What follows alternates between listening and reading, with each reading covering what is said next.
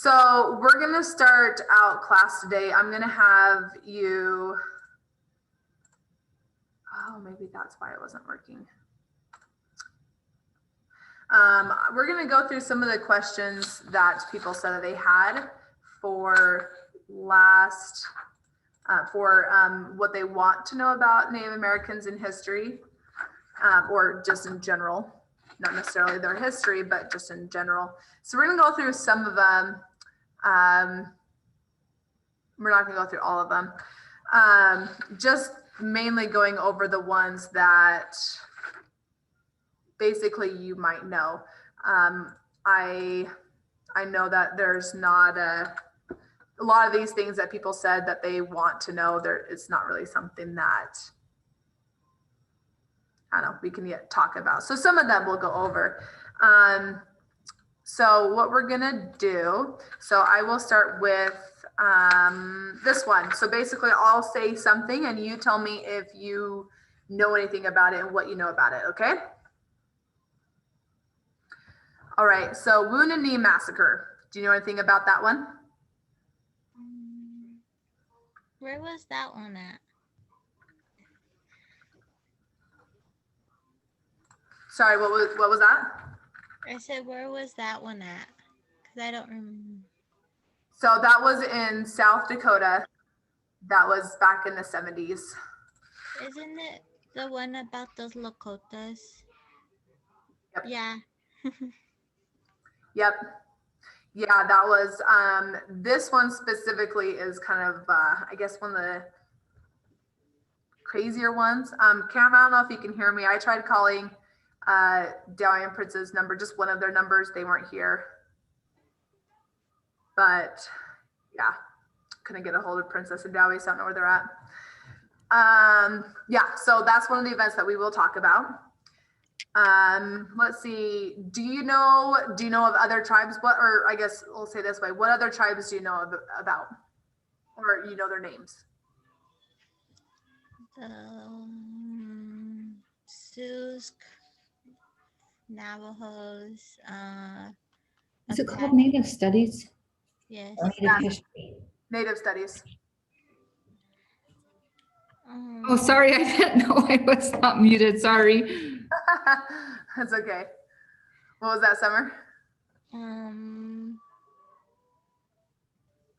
I know a lot of tribes, but they won't just come to my head right now. That's okay.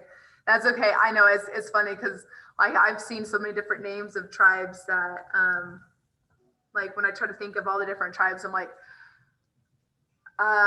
did I get that one? And I try to kind of, because I've seen maps, but I mean there's so many tribes. I don't think anybody has all of them memorized. And if they do, they must have some crazy photographic memory, because that's like literally the only way you could have it memorized of all the different names. But so like when I like try to picture like the map and where people are at, and yeah, yeah, because I have like different types of native bloods in me that I found out this year.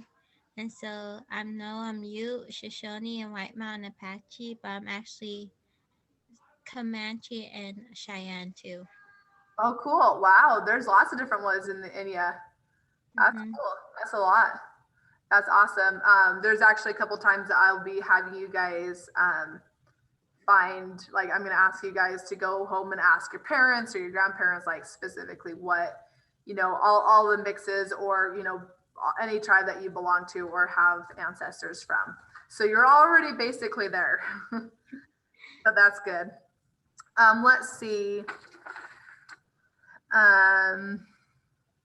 Some of these are just like general stuff that we'll find out soon. But do you know what do you know about residential schools or boarding schools? They were Catholics. Aren't they like Catholic schools where the white people would have them learn English instead of their native language, like whitewash them, I guess? Yeah, they're basically it was basically the government's attempt at trying to turn And this is, I guess, beneficial for you because you'll hear this again when we talk about the schools. But when the government realized that they couldn't really change Native adults into being civilized the way that whites were civilized, they're like, okay, well, the best way to change it for the future is to change it to the children. So they basically made the children go to the schools so that they could, as you use whitewash, teach them white culture, white civilization. They actually have a quote that we're going to learn about. You may have heard it before: "Kill the Indian, save the man." Have you heard that phrase before? Probably a long time ago. It was a phrase that was used in the 1800s to really rationalize, and the 1900s to rationalize why we're kind of getting rid of the Native American traditional culture and bringing in white culture. So yeah, definitely. I mean, and you've probably heard of some horrible stories of things that went on in these schools, right? Yeah. Yeah. So you've mostly got what I want everybody to basically know. We will, of course, still talk about it just because not everybody has been told everything about these schools and kind of what they're made of and what happens in them. So we'll kind of go over that. So you'll be already ahead with that one. Have you ever been on other reservations? Many. Many? Okay. So tell me about one of them. Tell me which one. Tell me which class that they, not which class. Cam messaged me. So I said class because she wrote class in it. That's what happens when you read and talk at the same time. It doesn't work. Oh yeah. So tell me about one reservation that you've been to. Tell me whose reservation, what was the name of the reservation, and tell me some things about the reservation, what you saw, what you noticed, maybe compare it to our own here. What's the one that comes in your mind first? Duckwater. That's a reservation in Nevada. They're known as Western Shoshones too. They're kind of in the desert, but it's like real poor out there. It's just like a small reservation. Is it kind of like the size of like Fort Duchesne, or is it bigger or smaller? It's kind of smaller. Okay. And like you would see the kids outside playing with each other because most of them are just family out there. So it's just everybody's playing with their cousins. Yeah. Okay, so it's kind of like a little family community, kind of, it sounds like. But since they were able to be federally recognized and they were put on a reservation, it's still a reservation out there. Okay, cool. Well, that's cool. I think I've only driven through the Navajo reservation. I didn't make any stops because now that I am more vested in Native cultures, since I am teaching at a Native school, like I haven't had the money to go and travel and visit other reservations. I want to. Every time, me and Em have been actually talking about trying to get a field trip every year for kids to go and visit another reservation, and have different reservations that we visit every year. So I was like really looking forward to that, but COVID happened and then, all of our plans just got scrapped. So maybe next year, but yeah, I look forward to doing that because I haven't been able to and haven't been able to afford to really travel out and go and look at other reservations and talk to people in other reservations. But it is one of my goals. I want to in the future. Let's see.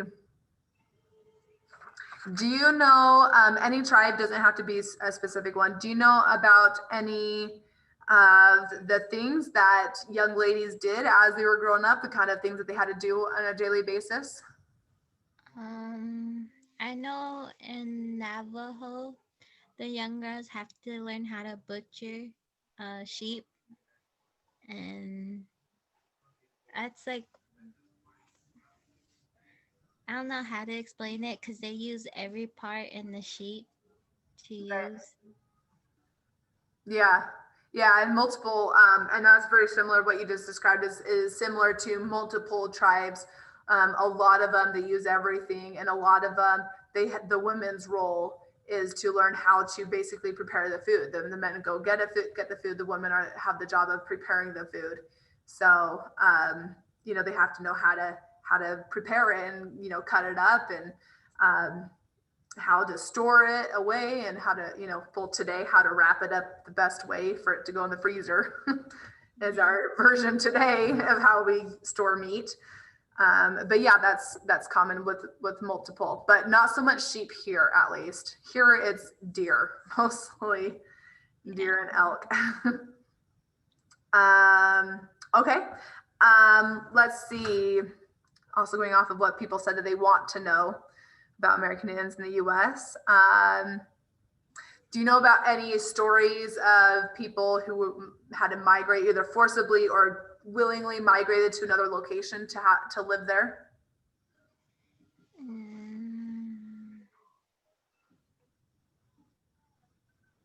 Not really. Okay. Have you heard of one in particular, the Trail of Tears? Yeah. Okay. So what do you know about that one? I can remember. That's okay. You've heard of it though, right? Yeah. Okay. Yeah. Most people have heard of that. Even a lot of white people have heard of that before. They might not know a lot about it. I think I remember when I was younger, I remember learning that it was the Cherokee who was there, but either I didn't know it, or either I wasn't taught it or I don't remember, but there was like 4 other tribes who were also with the Cherokee when they were removed. But I think the main reason probably why I remember the Cherokee was they're the ones who suffered the most loss in that move. So that's probably why I remember that one the most. I think I have the book somewhere in my room. Oh, do you? Cool. Cool. I'm trying to find, if you know of anybody who ever wants to donate to my little library, let me know, because I have a little measly library. I'm trying to collect more and more and more books, but cost is the biggest thing for me. Anyways, let's move on. Let's see. Do you know, someone wrote this. They said, why were they forced to be like the whites when the Native Americans moved to the US first? Why did the whites not like them? What would you answer to that?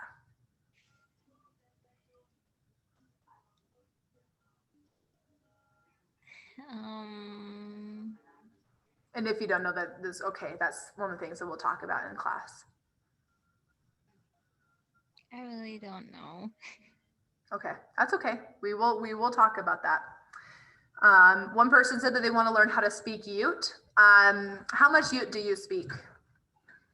Just introducing myself and knowing my band and learn somewhat of the animals. Okay, so mostly like some words, a little bit of phrases, right? Yeah. Okay, so, and I'm going to be working with Em. I hopefully am going to be meeting with her sometime this week. I want to try to plan, because Ute language is not something that we're offering this year. So I want to try to plan with her some ways for her to come in, even if it's just like 10 minutes a day or 10 minutes a week, just, once a week or something like that, for her to come and teach some Ute language here and there in classes. I'm also going to, now that I have been given some more resources, I'm going to start including Ute words in our assignments. So you're going to have to read Ute more often, at least in my class, and speak it more often now that I'm getting those resources I talked about. But I do want to mention, there's one video that we watched towards the end of the class, like middle of 4th quarter, I think. No, maybe beginning of 4th quarter, where there's this teenager, and she's from a different tribe, and she's saying, everybody tells us that we're losing our language and it's dying and it's up to us to save it. And that's a lot of responsibility on us because, you know, our parents didn't really do a good job in trying to keep the language alive, but the responsibility is on us now. And that's a lot of responsibility that we have to go through. And she was talking about how stressful that was in her interview that she had. And I was thinking about that and I was like, that would be a hard situation to be in, because the truth of the matter for every tribe is either it's dying or it's already dead, their tribal language. Was that an older lady? Huh? Wasn't that an older lady? Actually, I think this was a teenager in this one. Oh. In the video, and we'll watch it. It was one of the tribes. I have all these different videos of tribes in Utah. It might have been a teenager from the Paiute tribe. I don't remember. It's been too long since I've watched it. But yeah, she was a teenager, because she was like, she's basically saying like, everybody's telling us that it's up to us to save the language, that we have to speak it or else and keep it alive, or else it's going to be completely dead. And she's like, that's a lot of responsibility on us we basically have to bring the language back to life. And that's, you know, and the language is such a key aspect of the culture. For most tribes in the country, the status that they're at right now is like their grandparents, the elders in the tribe, they can speak it, they understand it. But I mean, it's a lot easier to understand it than to speak it, right? You can hear and listen and understand a lot more than you can actually speak. And that's true with everybody. So you have the grandparents and the elders, where most of them can speak it really well. And then you have their children. And it's mostly because the grandparents, the ones who were forced to go to these boarding schools, they had to, you know, try to forcibly try to forget their language. And so they didn't really teach their kids the language that much, because of all the things that they were forced to do in the schools. So now their kids, your generation's parents, they're at a point where there's a few sentences, they can understand most of it when they hear it, but they can only speak like a few sentences or have just little bits of conversations. That's where, like, I think most of talking to the kids and how much their parents know, that's kind of like what they've said was most of their parents were at that level. And then the kids are at a lower level, your age, where it's like words and some phrases. They can understand like some sentences, and they can like hear things here and there, you know, here and there that people speak, and they're like, oh, okay, now I know what you're talking about. And, you know, it's like every few words you hear something that you know, and you can kind of piece it together, but you speak like words and phrases, right? That's a lot of kids who are at that level where they speak words and phrases. So every generation it's gone down and down, right? So the thing that this young lady was worried about and stressing over was, they're like, okay, well, the next step underneath that is basically as much you as I understand, which is very minimal at this point, honestly. I hope to change that, but right now it's very minimal. And it's like, that would be like, it's, you know, it's going to be dead soon. And so they're like, she was thinking, if we don't change it and, you know, start it moving back up, or at least keeping it constant, it's going to die. And every tribe is going through this. There are different tribes who have tried things to try to rejuvenate and keep their language alive, having more books written, more dictionaries written. Some tribes have developed apps to help people learn the language better. Classes, I mean, we have classes that's here. There's some that happen in this building. There's some that happens, like, you know, in White Rocks, where they're teaching you language, right? You might have heard of some of those classes that are going on to help teach the language. But I mean, honestly, like with the enrollment, and this is not only this tribe, it's all tribes. It's just hard to get people to go, you know, it's hard to get people to actually say, I'm going to learn this better.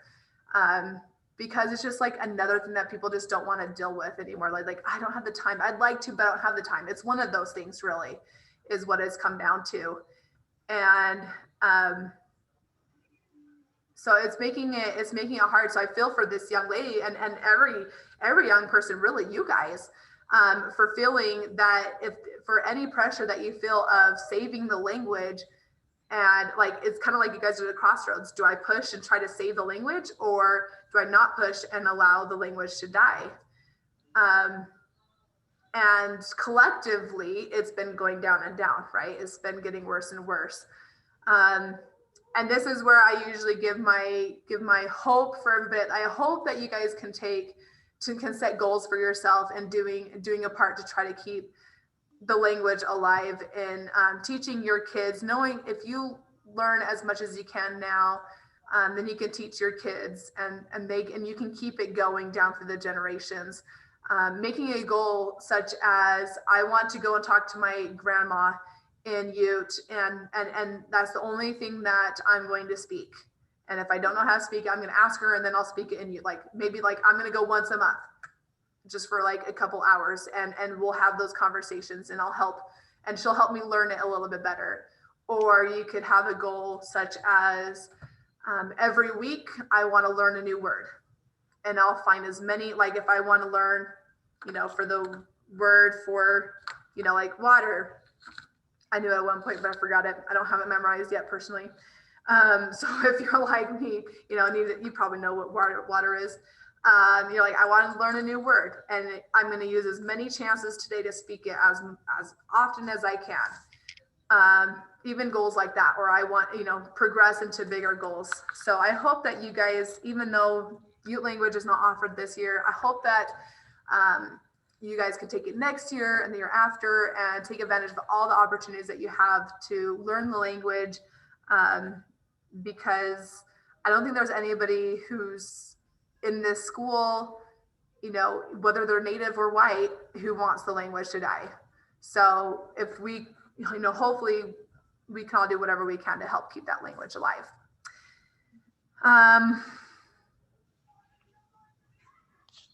And the last thing that someone wrote on for what they want to know about American Indians in U.S. history is why natives were put into reservations, and why they were put into, and why they were not put into normal houses. They also said they want to know how the white people were treated they want to know why they were not put into normal houses, like how the whites were in regular houses, and why the natives were segregated from the others. Was it because of beliefs? Maybe, but I want to know. That's what they said. So what would you say to that question of, like, why were they put in reservations? Why were they put into the homes that they had instead of regular homes like the whites have? And why were they segregated? I think because why we were put on reservation is where we have only a little bit of land, so the white people can have more land, I guess. That's what I think sometimes. And the why we were put into the homes we have was because teepees were always our homes. Because that was our only resource, was to have buckskin and stuff to stay warm. Right. So yeah, and there's a lot more we'll talk about. There's a lot more to that, but yeah, they were put in reservations. I mean, the first tribes that were put into reservations, they were mostly put into reservations to get them out of the way, because on the east side of the country, whites were saying like, this is the land we want to live in, and we want to like kick them out. You guys go over there.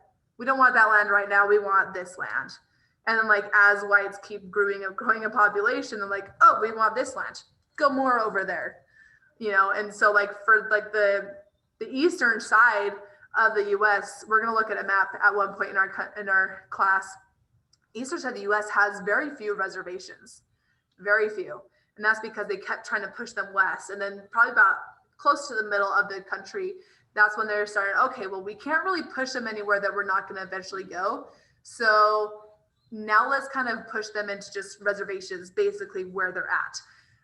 The tribes on the western side of the country, they had the benefit of being able to be kind of more where their traditional lands were. That's one benefit that the Ute tribe also enjoys, is part of their reservation is part of the traditional lands. not every tribe has that benefit. A lot of tribes were pushed completely away from their traditional lands. So anyway, so there's a few more that people posted on there. And you can add yours when you do that. Unless you do, I don't know if you did that one already. I don't have yours on here. So yeah, once you get a chance, you can do that. That was what we did yesterday. Real quick, I want to make sure that everybody, not just you, Summer, but everybody understands how to work things on campus. Okay. So first of all, so I'm just going to do a brief overview, and if you have any questions, let me know. But I'm going to do just a basic overview just to make sure everybody understands how to do things on campus. Okay, so as you guys see this homepage, just in case you guys forgot when I told you guys about world history, these books right here, these are books that it'll either take you to the PDF of that book, or it'll take you to a place where you just sign in for a free account or register for a free account, and then you can read the book. These are either very recommended books by people about Native Americans or famous Native Americans. For example, this one is The Indigenous Peoples History of the United States. It's super good, especially for you guys going into US history next year. I would definitely recommend reading that, because going into US history is going to help you out a lot next year. But also this one's on Crazy Horse, Trail of Tears, so 1491. So there's there's these books you can read. They're of course extra credit. After you read it, we'll just have either a chat or you'll have some way to tell me whether you write down about what the book was about, or you have a conversation with me. It's up to you. It's okay either way. There's also a podcast that when you click on that podcast link, there's also a podcast that we're going to listen to part of it in this class, but not the whole thing. It's called This Land. And it's a really good podcast. It's pretty short in terms of podcasts. There's only like 8 episodes, I think, but I definitely recommend that. You can get extra credit for that as well. Also, I have added for this one to the news an option to go to theindians.com, I think, or is it .org? I don't know, one of the two. But it's like current events related to Indian country. So when you are doing assignments, of course, the easiest way is to do your assignments is to go to modules and do your assignments there. This is the one we did yesterday. If you are absent from class, you know this, Summer, I know that you know that, but people might not. The way that you guys are going to make it up is you have to watch the Zoom recording for that class and answer a question in order to get credit. This year, or this quarter, I'm using Nearpod. So because that way I can make sure that you guys actually watch the whole video and then answer the question. I had kids in some of my other classes who would watch, actually part of, I think, world history class as well, last quarter, that they watched like 2 minutes of the video, the Zoom class, and then answered the question. And I'm like, I'm not giving you credit when you only watched 2 minutes of the question, 2 minutes of class when it was a 45-minute class. I was like, I'm not giving you credit for that. So this, using Nearpod, when you go into it, it will make you watch the whole video and then answer the question. So that's how you get credit. All Nearpod activities, there is no submit button when you do anything on Nearpod, because as soon as you do it, I get a report. Even if you get halfway through, activities, I'll use Nearpod for not just this, but also activities like yesterday's assignment. So yesterday's assignment, there was 2 questions, right, to answer. If you did only one of them, then I would see your one question. I would see that you would have no answer for the second one. So anything that you put in there, it automatically saves whatever you put in there. Okay, so that's Nearpod, and that's how you make up your classes, is to go to there and watch the video. The easiest way to see what you're missing is to go to your grades, and under the status of your grade, it will say if it's missing or not. So it'll say that right here, if it's missing or not. Really the most part of what I use grades for, what I want students to use grades for, is to see, what they got on their assignments, what their grade is for that point, but also to see what they're missing by looking where the status section is.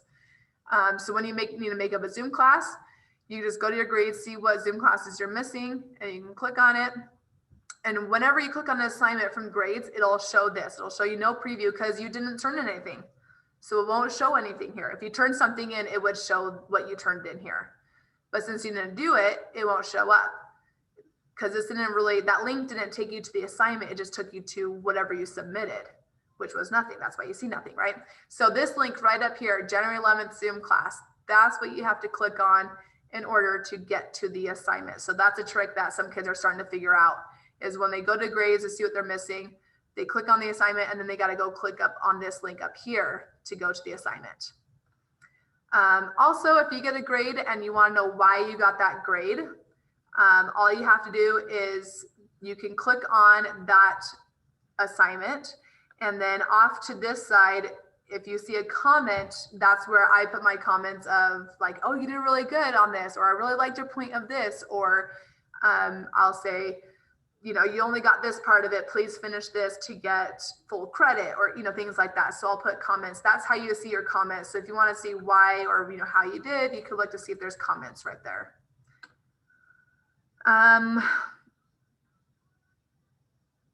Let's see. I'm trying to think of what else I need to tell you guys about.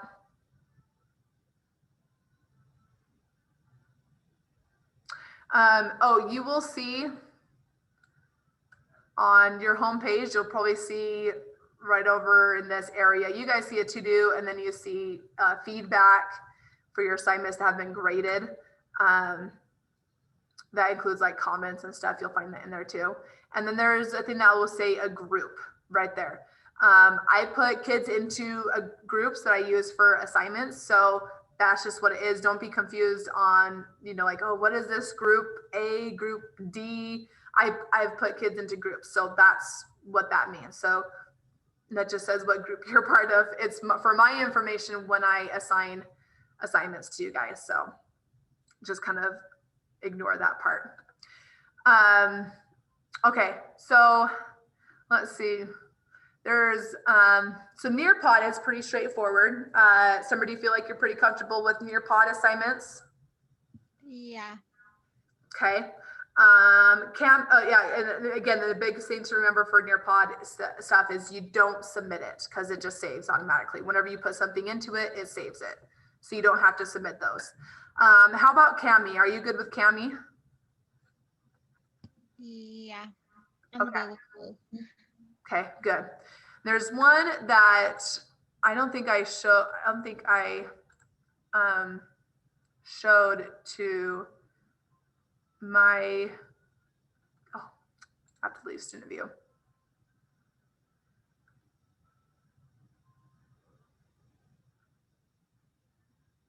Maybe it was in US History 3.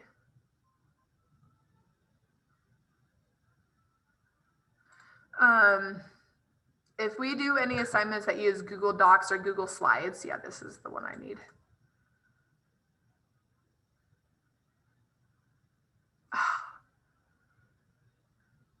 This is, okay, somebody did something on all my Kami, all my history classes, so it's being dumb, so I have to fix it. All right, so on this, it's not a real assignment. If you do any assignments, or when, because you will, using Google, it doesn't even show up. Basically, if I use a Google assignment, whether it's a Google Doc or Google Slide, you will see the Google Doc or Google Slide, basically where this would be. And then on the top left, it would have written in blue, like right here, it would have the name of the assignment. This is actually a link to be able to click on it and open up in another page. So if it's a Google document or Google Slides, that's how you open it up. Especially slides. I have kids who it shows like the slide really tiny, but you can't type or even read what's on that slide. You have to click on the link to open it up. And then on the right side, you'll see a blue button that'll say submit. So again, whenever we do Google assignments, you have to click on the submit button in order to turn it in. But it's not on the Google document that you click on and you open it up in a new tab. It won't be on there. You have to submit it on the Canvas page. I think that's pretty much it. Oh, and then lastly, remember when you are doing assignments, the Cite This For Me extension that I had you guys download. If anybody doesn't have the extensions, let me know and I can help you set those up. But Cite This For Me, it'll help you create a citation for your research. Dualist, we use that a lot in online classes so that you can see the Zoom class on one side of the screen and you can have your assignment on the other side of the screen. So that is super helpful. And then the other helpful one is this Diigo one. I actually just had my seniors who did a research essay, and a lot of them told me, there was at least like 5 kids who told me, oh, I don't remember what articles I used to get my citations. And I'm thinking, guys, I gave you an extension that's right here, this Diigo extension, so that as soon as you come up with an article and you see it, like here's an article that I used for the Would You Rather questions that we played yesterday. If there's something that you're like, oh, I really like this, that's really smart, you can highlight it and it'll save it until you delete this. It'll save it all the time. And then I can go to my Diigo library and it'll show up that website. So you'll never have to say, I forgot what article I was reading. Oh, nope. I don't have to worry about that anymore. So please, please, please, please, please, Summer, and then anybody else who's going to be watching this later, if you ever do a research paper, use this, because then you'll never have to say, oh, I forgot what article I was reading, I can't cite it. Because if that happens, I'm going to say, well, you have to find it again, because you still have to show your research, right? You still have to prove, you still have to get that citation. So this just makes your life so much easier. So please, please, please don't forget that. Okay, so Summer, any questions on things that we do online, any things that you're not sure of how to do something online in any of your classes? No. No, you feel like you're good? You know how to turn all the different types of stuff in and find different things, you know how to navigate and everything? Yeah. Okay, all right, well, good. If you and then anybody else who's watching this later have any questions, please let me know and I'll help you figure it out if you have a question. But that's it for today. On Monday, I was hoping on starting it today but I talked too much today for all my classes. We're going to have a writing prompt. You're going to write one paragraph on this question. If the Europeans hadn't come to the Americas during the 14 to 1600s when they were exploring the world, what would be changed? What would be different in today's world? How would history be different? How would today's present be different? So you can think about that until Monday morning. That's gonna be the first thing that we'll start writing about first thing. So that's it for today.